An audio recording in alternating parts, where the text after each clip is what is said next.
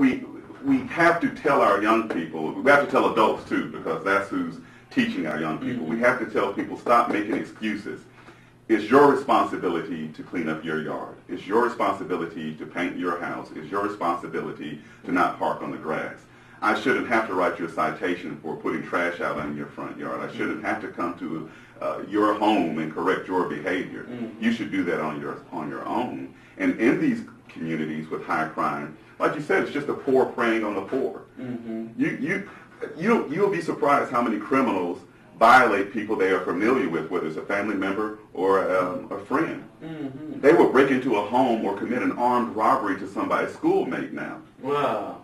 Yeah, I have seen that. I have seen right. That. You go to school with this guy, first period, third period, you rob him, and then you go to lunch with him? Yeah. But that's the mindset we have. It's got to have it now. So you have the poor preying on the poor. You all live in the same environment, the same neighborhood. You're there because you have similar amounts of income and you can afford similar things. Well, in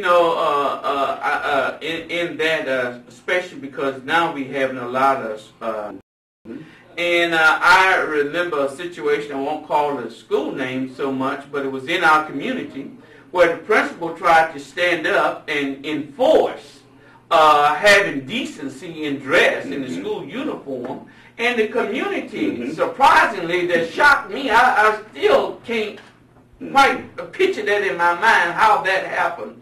But the community came out against them. Sometimes you have to take strong action. And I think he put 100 or so on suspension. But I thought the parents would come out and say, yes, we support this principal. But they that came out against the principal. So today, when I look at the children going, they look worse than they did the year in which he tried to enforce that rule. Well, unfortunately, they've just been justified. And what we've adopted in some areas is the idea we call a fad or a style culture. Where was this culture 50 years ago then? If this way of dressing behavior is culture, show me proof of it from 50 years ago. Right. You show me where a dope dealer was held up as somebody important in our community. You show me where a hoochie was considered beautiful in our community 50 years ago. You show me where a man will walk around with his underwear showing 50 years ago. Every picture I see, and we talk about protests, those men and women were wearing held up as a role model, and we're told that this is who we are and this represents us and you can't question. I challenge anyone to do it. Right. That was the failure in our society. That's when the drug lords took over. That's when poverty became cool. That's when dirt became cheap. That's when it became in style. That's what we have to change. And listen, Dr. Hasib and Corporal Young are not going to live like that. We're not doing this for us, because I've already made a determination. When I grew up without food sometimes,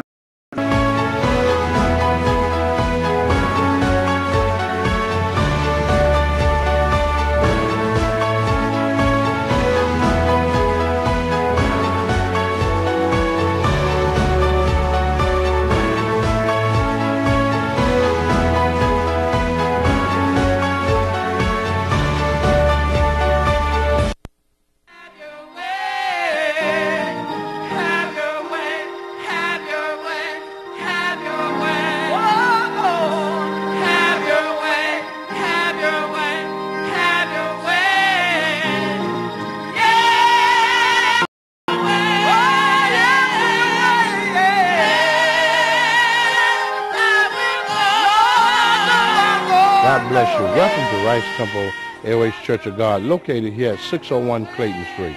I want us specifically and purposely, Cannon. You can come and join us at 9:30 a.m. for Sunday school and at 11 o'clock a.m. for our morning worship. And each Sunday night, first, third, and fifth Sunday at 6 o'clock p.m. Also, every Wednesday at 6 p.m. is our intercessory prayer hour, and at 7 o'clock is our Bible study. We want to invite you to come and bring your children, because at 7 o'clock each Wednesday, we also have what we call YPLJ, Young People Love and Joy Band, where our young people are taught the Word of God, and that we share with them in their own setting. So we want to invite you to come to be with us here at Rice Temple. You can reach us by telephone at 334-262-8255. 8452. God bless you. Come be with us.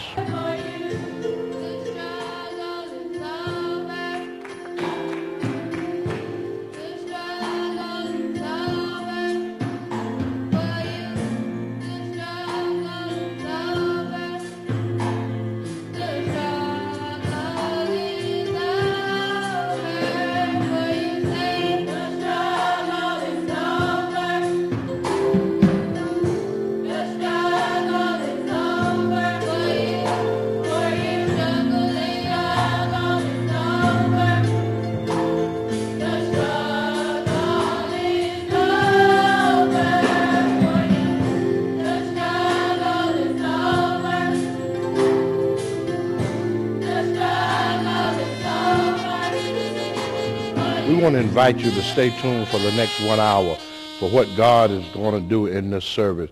We thank God for you watching us here. And we want you to tune in because God is doing marvelous things.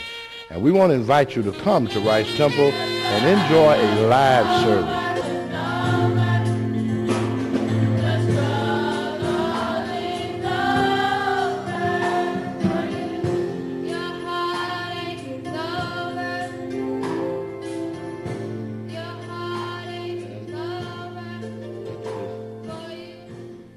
From the book of Daniel, chapter 3 and verses 12 through 18. If you'll stand to your feet when you get it. Daniel 3 and 12. We may read just a few minutes, but all right, everybody ought to be standing.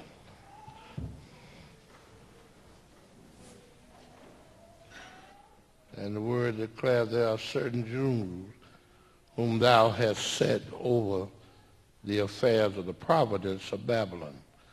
Now, if you note, I'm jumping right into somewhat the middle of a text to go where I want to go. By the name of Shadrach, Meshach, and Abednego, these men, O king, have not regarded thee.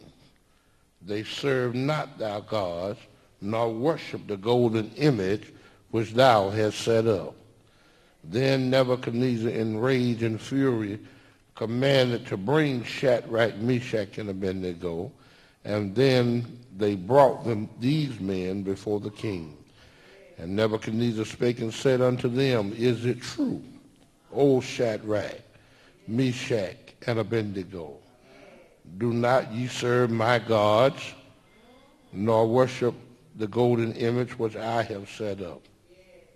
Now, if ye be ready at what time ye hear the sound of the cornet, the flute, the harp, the sackbut, the psaltery, and the dulcimer, and all kinds of music, ye shall fall down and worship the image which I have made. And well, but if ye worship not, ye shall be cast the same hour in the midst of the burning fiery furnace. And who is this God that shall deliver you out of my hand? Shadrach, Meshach, and Abednego answered and said to the king, O Nebuchadnezzar, we are not careful to answer thee in this matter. If it be so, our God whom we serve is able to deliver us from the burning fiery furnace, and he will deliver us out of thine hand, O king. But if not, be it known unto thee, O king, that we will not serve thy gods, nor worship the golden image which thou hast set up. And if you drop down to verse 28 and 29 and 30, and then we'll be through reading. Then Nebuchadnezzar spake, this is after the furnace, and said, Blessed be the God of Shadrach, Meshach, and Abednego, who have sent his angels to deliver his servants that trust in him, and have changed the king's word, and yield their bodies, that they might not serve nor worship any God except their God.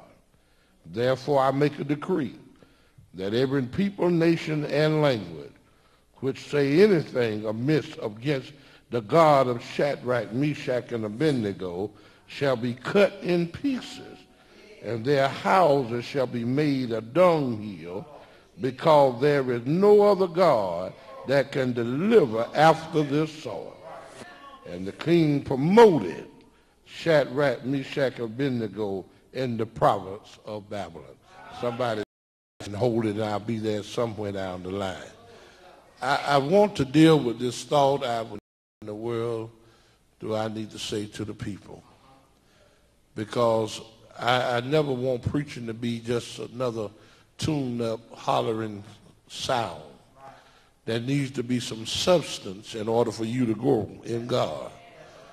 There needs to be something in the message that will help you to know whether you're on the right track or not. Now, every message may not make you feel good. It may not tickle your ears. It may not give you your destination point on this journey, but it'll at least let you know where you stand. And I want to deal with this message from this angle because I notice, and we've preached this so much, and everybody like to preach about Shadrach, Meshach, and Abednego and how they went in the fire, but I saw something in these boys, the reason they were so committed to what they were doing. You know, you can be truly committed to the thing and truly wrong in a thing. Because you got some people that are committed to things, but they are deadly wrong in what they are committed to. You got some people got their mind wrapped up in certain ways of how they're going to do things, but they just are sincerely wrong.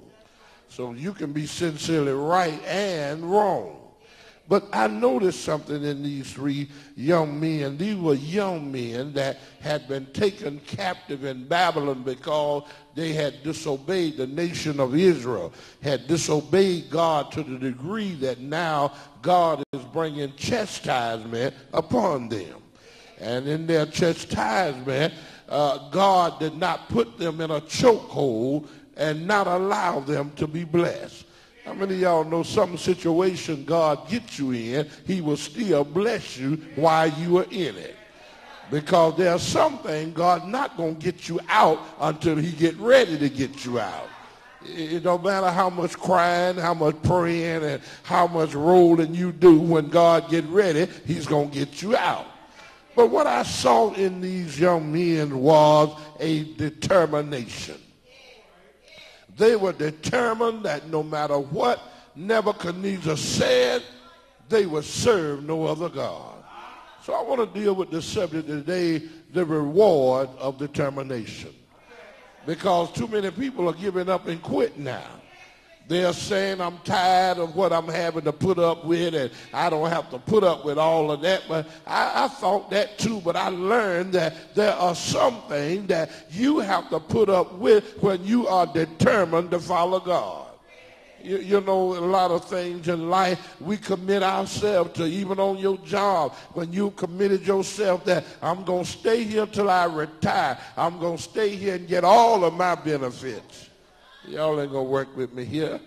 You can put it in your mind, nobody's going to run me off my job, and nobody's going to treat me where I'm going to leave because I got a retirement, I got benefits. That sounds like determination to me. You are determined that nothing will stop you. Well, I wonder why is it then that when it comes to the church that we are so easily moved out of God? There are times when God sent us through a certain situation that we lose our determination because of the pressure and the pain that we have to deal with. But I don't know whether you understand it or not, but this way is full of pressure and pain. If you live right, you're going to go through some stuff. Amen. I believe with the Bible that declares that any man that will live godly, he shall suffer persecution. There's no way around it. The only way to get out of it is to go through it. See, something we telling God, oh God, I want out. I don't want to have to deal with this. I told him that too. But God knew that the thing that I'm trying to get out is the thing that's going to develop me and make me what I ought to be. See, some stuff you dealing with, it's not because God just want to see you cry or he want to see you hurt. He's trying to do good that's for your demise. He's trying to build you. He's trying to make you. He's trying to purge your life. Some things we got in us, God needs to get out of us. Hello, somebody. You know, I was telling somebody the other day, instead of us reading Psalm 23 all the time, maybe after he had messed up against Uriah and Bathsheba, he began to cry to God and said, Lord, have mercy upon me according to thy loving kindness and thy tender mercy. And he said, scripture where the Lord said in that day, he said, many gonna cry and say, we prophesied in your name and we cast out devils in your name. But Jesus said, you did it all, but I never knew you. Why you didn't know us, Lord? He said, because what you did, your work was in iniquity. So rather than reading Psalm 23, trying to encourage yourself that the Lord is my shepherd, I need you to get that out of me. See, Shadrach, Meshach, and Abednego, to me, had been through that process. And the reason I say they'd been through it because they had reached the point of determination. See, when you go through enough stuff, you get determined that nothing else is going to stop me. I even had a lady tell me one time she had dealt with men that used to jump on her and beat her. She said, I'm determined the next man hit me, he going to have to die. I said, well, sir, she had a determination she wasn't going to be beat no more. See, when you get tired of being beaten up by the devil, there ought to be a determination. We not fight no more, devil. I believe even the scripture said that the kingdom suffer violence, and the violent taking it by force. When you get tired of the devil punching on you and knocking on you and lying to you and selling you with tickets, you ought to get to a place and be determined that I will buy no more. See, we're living in a time where people are so easy to quit now. Giving up on life. Suicide rate is higher than it ever been. People, especially among young people, why? Because they have no determination. Even when they're young, they don't even know what life is, but somehow the enemy have planted a seed that checking out is better than going through. I got news for you. Suicide is a permanent answer to a temporary situation. Because once you're dead, you can't come back and refix the thing. Once you kill yourself, you're out of here. No more remedy for your problem. But if you hang out a little while, God will bring you through it. I read over there when David said, weeping may endure for a night, but he said, joy comes in the morning. If you learn how to hang out with God for a little while, it doesn't matter what you're dealing with, he'll bring you out of the thing. The testimony of these 3 young men that was taken in captive in Babylon, they were not dog catchers and street sweepers. They were not put in position to clean up this highway, but God blessed them to rise to places among those that was in authority. King Nebuchadnezzar found grace in their eyes, and he placed them in the hierarchy of his government. See, sometimes when you're going through, God puts you there because he's trying to promote you. Some of y'all trying to promote yourself. Self-promotion will never last. You got to go through some stuff. And then going through, you got to be determined. It's not about the promotion that's at the end of this, but it's about they were in a terrible position, but they understood who they were worshiping. They realized that we are serving the only God, the God that declared to Israel in Deuteronomy 6:4. He said, hear, O Israel, the Lord our God is one. They said, we are serving the one God, and we refuse to serve another God.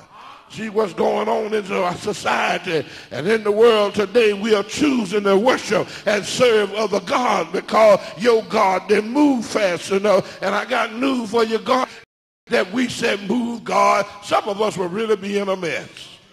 Oh, yes, if he would move every time you say, God, I need you to do something, you probably wouldn't have been as strong as you are now. Something taught you how to be strong. Something taught you perseverance. It taught you how to wait on God. When God sends you through a dilemma, he's teaching you patience. He's teaching you endurance. He's teaching you how to hold on when nobody else is encouraging you.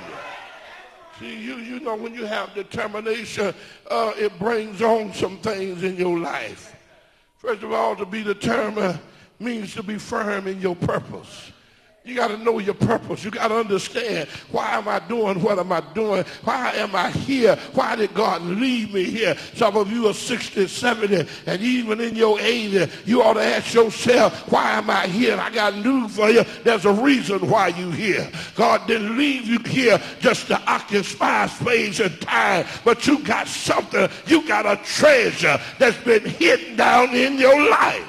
He said, I call the young because they're strong, the old because they know the way. There are some of you that know the way, but you refuse to tell it because you said this generation don't want to hear what I got to say. Tell it anyhow.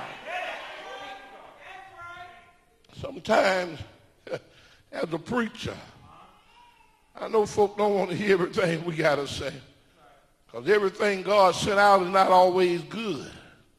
Come on, talk with me. When I say good, it's not always what you want to hear. Sometimes when God sent the prophet in the Old Testament, they didn't want to see the prophet because they were unaware of what he had to say.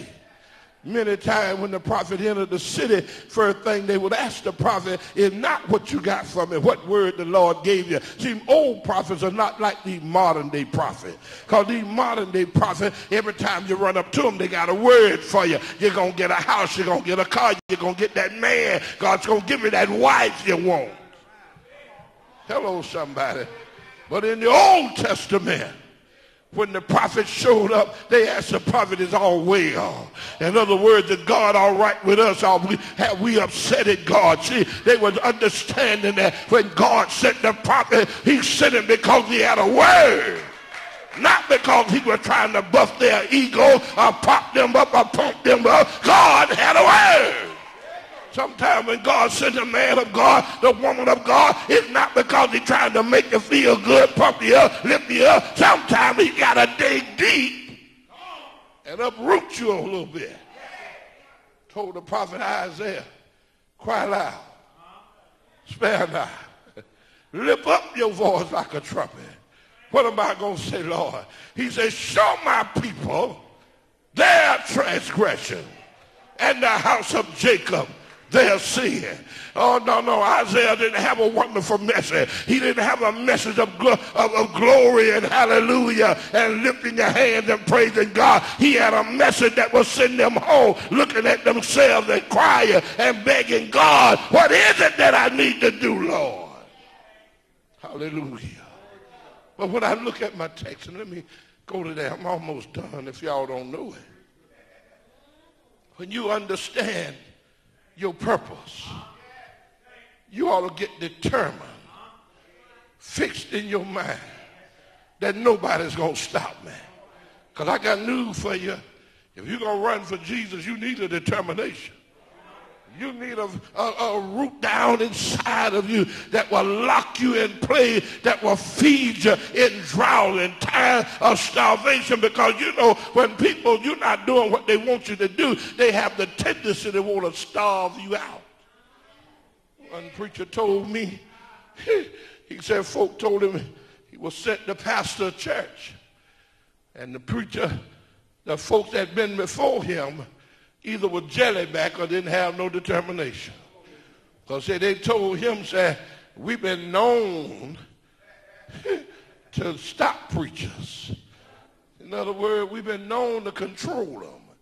If you don't preach what we want, we'll, put a stop to that mess he's talking about. But see, what you got to be determined here, you got to be determined, I will cry whether they like it or not. And he said the first Sunday he pastored that church, and they told him what we've known to break preacher. He was so determined they wasn't going to break him, he turned 25 out on one Sunday. And all of them was his kinfolk. See, some of y'all don't realize when you get determined, you got to put some folk out your life. You got to put some folk out of your path that's walking with you. I know that's your homeboy. I know, he's your home slicer. You know what y'all call him now. I don't know what they call him now, but your skillet, okay. He's your home skillet. But I got news for you. Them young people will help me when service over. They'll tell me, Bishop, we don't talk like that no more. But I don't care what he is to you, when you get a determination that you want your life to be right before God, there are some people that got to exit your life in order for God to make an entrance. There's some things in your way right now. The reason you haven't reached the plateau of your blessing and your favor with God, because there's some things and people that need to get out of the way. Shadrach, Meshach, and Abednego, the king had done everything in his power to kill their determination, but they were determined to serve God anyhow. What did he do to them, Bishop Cannon? First of all, he brought them in a strange land. And when they came into the land of Babylon, he took away their worship. He tried to change their God. He even made them eunuchs, meaning that he had taken away their manhood and made them in a position that they were not even desirous of another person. But they were determined to worship God. See, sometime in serving God, there are people that try to take stuff away from you. They try to kill your mentality. They try to work on your mind and get you all broke down in your mind. That's why some people tell you, don't nobody want you but me. The devil lives a lie. They'll tell you, you done got to be a 16. I remember when you wasn't nothing but a 6, but now you are 16. I got news for you. Don't worry, somebody loved them 16. But see, you know, it's odd about men. They'll tell you how you used to be a 6 and now you're a 16. But he don't talk about when he used to be a 32 and now he's a 48. You got to be determined. You can't mess with my psyche. You can't mess with my mind. You can say what you want to say, but I'm determined that I'm going through anyhow. Oh, glory. Oh, Lord have mercy. Y'all pray for me. I'm going to take my time. Sometimes there are demonic forces that are assigned to your life that tear you down. He'll tell you how many times you've been married and divorced, and how many times you've been, put out, and how many times folk didn't like you, how many folk done quit you and left you alone, and how many times you've been up in the house by yourself. But you got to tell yourself in your own mind that I'm determined I'm going to make it anyhow. If I have to make it by myself. You don't need all them folk. Sometimes you dragging along folk that's going to kill your destiny. You dragging folk along that's going to mess up your blessing. There's some people designed to mess you up. They're just like old leech. They blood suckers. Help me somebody. Some of y'all got some blood suckers in your life. You need to get rid of them, pull them off, set them afire, burn them, throw them in the garbage, do whatever you got to do to them, but get rid of that blood sucker. They sucking the life out of you. Every time you look like you're going up, they pull you back down. Every time you feel like you're going to make it, they go to messing with your mind, and you start to feel depressed and down and out. Honey, you don't need that